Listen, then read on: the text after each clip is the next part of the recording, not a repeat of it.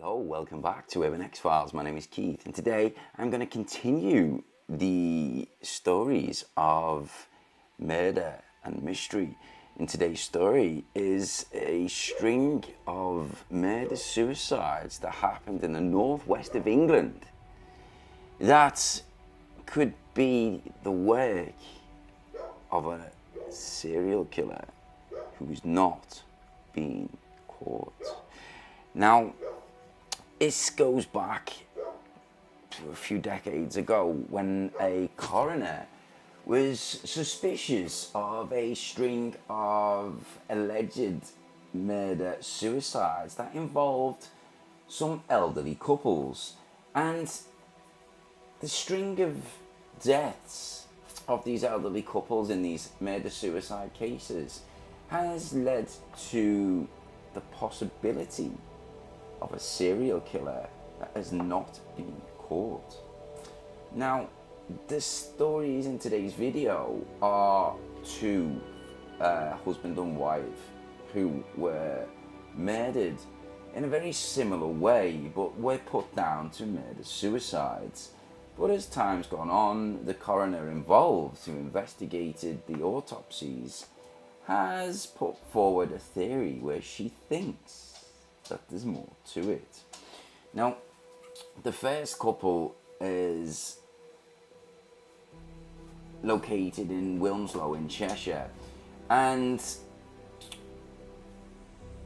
it was in 1996 that Howard and B. Ainsworth, who lived in Wilmslow, was followed by another apparent separate case of murder-suicide by Donald and Ariel Ward. Now, both the Ainsworths and the Wards were described as being devoted, loved-up couples whose deaths blamed at the time on murder-suicides that were carried out by the husbands that completely stunned their families, as the families had said that neither one of the men would be capable of inflicting any type of violence against anyone, let alone their loved ones. And in each of these cases, the couples were found very similarly, lying in their blood-stained beds, still in their pajamas. And each case involves a horrific amount of violence.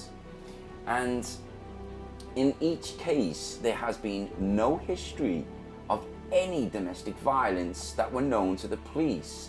And the couples have also said, or the couple's family have also said that they never encountered any potential violent episode that would possibly sort of think, well, okay, maybe that caused it or this caused it. And there are experts who are now looking at the cases that have even raised concerns that this is the case of a possible sadistic serial killer.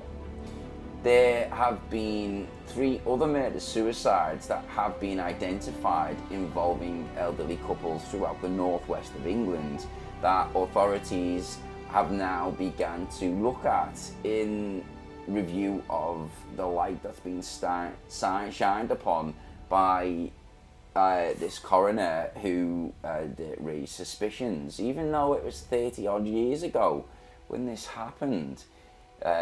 Even since she retired in 2007, I think it said, and still to that day she handed down her documents that she'd gathered over the course of her investigation and handed it to her successor. Now, 2 deaths of the couples that were in Greater Manchester and one was in Cumbria had seen some raise the possibility at least some of these deaths, if not all of them, are the work of a serial killer that's never been caught. And in the sad case of the Ainsworths, 78-year-old B was found dead in bed with just her nightie on, and she had a knife embedded in her forehead. She'd also been struck on the head several times with a hammer, and she was found with a pillow partly over her face, as though she'd been suffocated, also on top of these grisly attacks.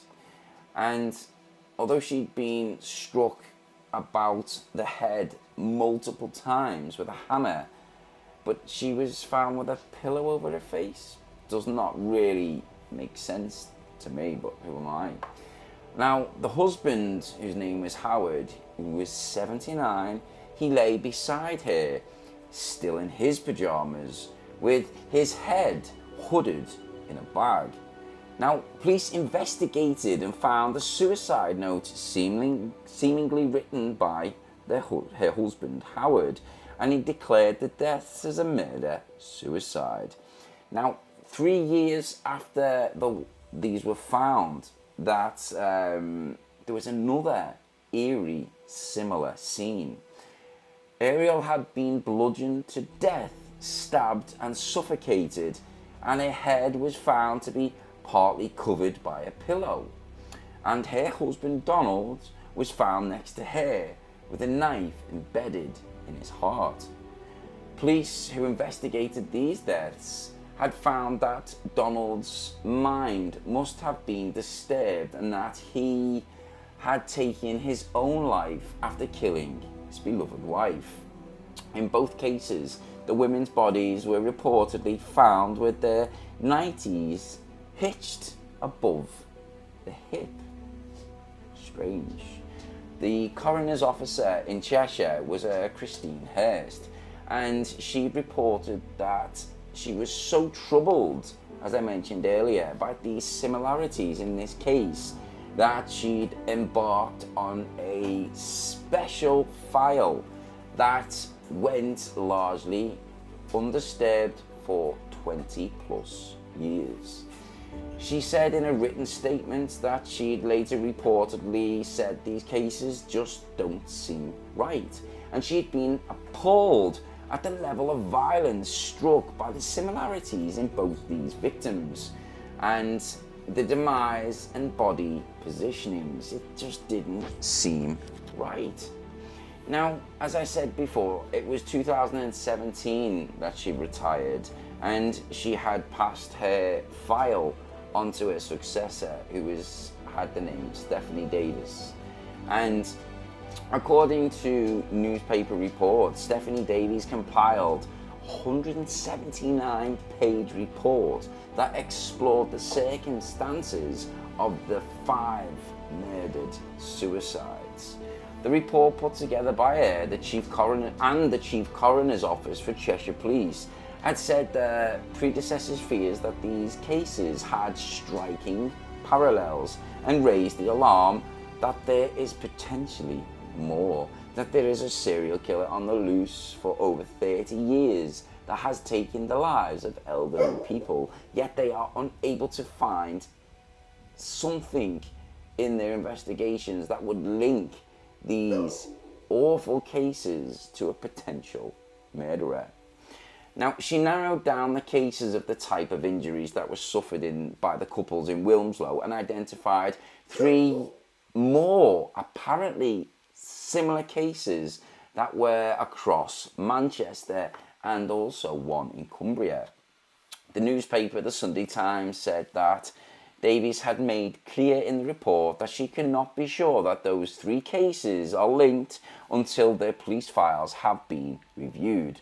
And she acknowledged the crime scene investigation techniques had advanced significantly since the deaths of these poor people. And 2 of the cases were identified as murder-suicides and had fitted the pattern in Greater Manchester, and they were only in the proximity of a 30-minute drive from each of their homes. And again, according to the newspapers, in each case, the elderly women had been stabbed in the neck and suffered blunt force trauma to their heads. In each case, the women had been deemed by authorities to have been attacked by their beloved husbands, who'd then gone on to take their own lives.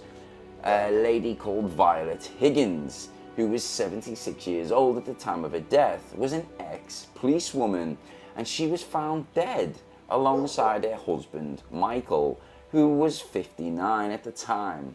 This was in Didsbury in Manchester in the year 2000. Now, although Michael was only 59, he had Parkinson's disease, and his wife was reportedly considering putting him in a home. But their family had reportedly described him as incapable of any violence. Now, with these conditions, it's not to say that it happened or he'd lost his mind or something triggered him. We can't rule that out. But it is strange that it is linked with these other cases. Now, as you can see, little Kobe there wanting some attention. He normally likes to eat my hat. Now, Violet Higgins was found to be deceased, and she was in a nightie in the couple's bed. But the difference is this time Michael was discovered still in his pajamas, but in the spare room. Now, Violet had been beaten over the head with a rolling pin, and she'd also been impaled in the neck with some scissors with some force. Now, Michael had also cuts to his hands and was found strangled with a coat hanger. I'm assuming it was one of those metal ones. Now, the part that makes me doubt this is dependent on the severity of his Parkinson's disease. It would be very difficult in the later stages that he would be able to actually put a knife into the neck with such force due to the tremors that are found with people with Parkinson's disease. And the Martins, who was Kenneth, who was 77, and Eileen, who was also 76, were found dead in their Davy home in Greater Manchester. And this was in 2008. And it was just ahead of their 55th wedding anniversary. Although Eileen had dementia, and it is said that they could not comprehend the finding that Kenneth had taken his beloved wife, 55 years, Eileen, away from her. And the couple's bodies were both found in the garage, with Eileen having suffered severe head injuries, and Kenneth was hanged and had his throat cut. Now, Stanley, who was 92, and Peggy, who was 89, these are known as the Wilsons, they were found deceased in Kendal in Cumbria, in their home of 2011, and were said by their friends to have been a loving couple, and this was also reported in the Times. But Stanley had begun in suffering from a mental illness and paranoia, and investigators had said he must have dealt Peggy the blunt forced injuries to her head and the knife wounds in her neck.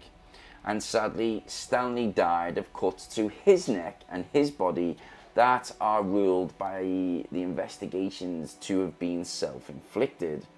And it was said that as the time of the investigations, that Davis, who was the coroner, reportedly handed the report to Cheshire Police, who'd also confirmed to the Sunday Times that they have now launched a review and alerted Greater Manchester and Cumbria police forces to investigate and link these deaths. The report is raising the alarm of a potential serial killer who's on the loose, and according to their claims, they report that the National Crime Agency and Interpol are also wanting to carry out an urgent review of cases that run across Britain and Europe to unearth any potential links to these awful, awful murders. There is now a top cold case police forensic investigator who's joining forces to look over these cases.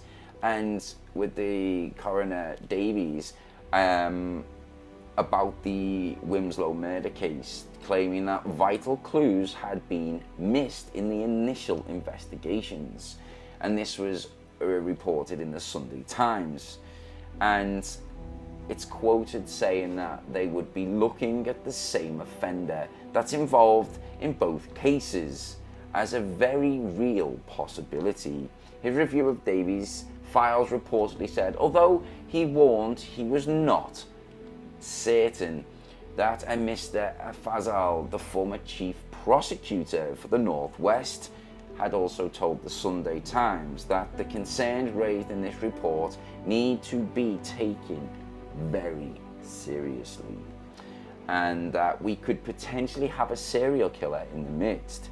There needs to be a proper review of these cases and others which carry similar hallmarks. Cheshire Police had told the newspaper it's reviewing the report and has also notified other forces who are concerned and possibly linked to these grisly, evil murders. So what do you make of this strange case of murder-suicide? It will be interesting to see 5 years since this report was made in 2017. So if you have heard anything else on this, please do get in touch with the comments below. I'll be grateful to hear what your thoughts are. For now, take care, and I'll see you all in the next video. Peace.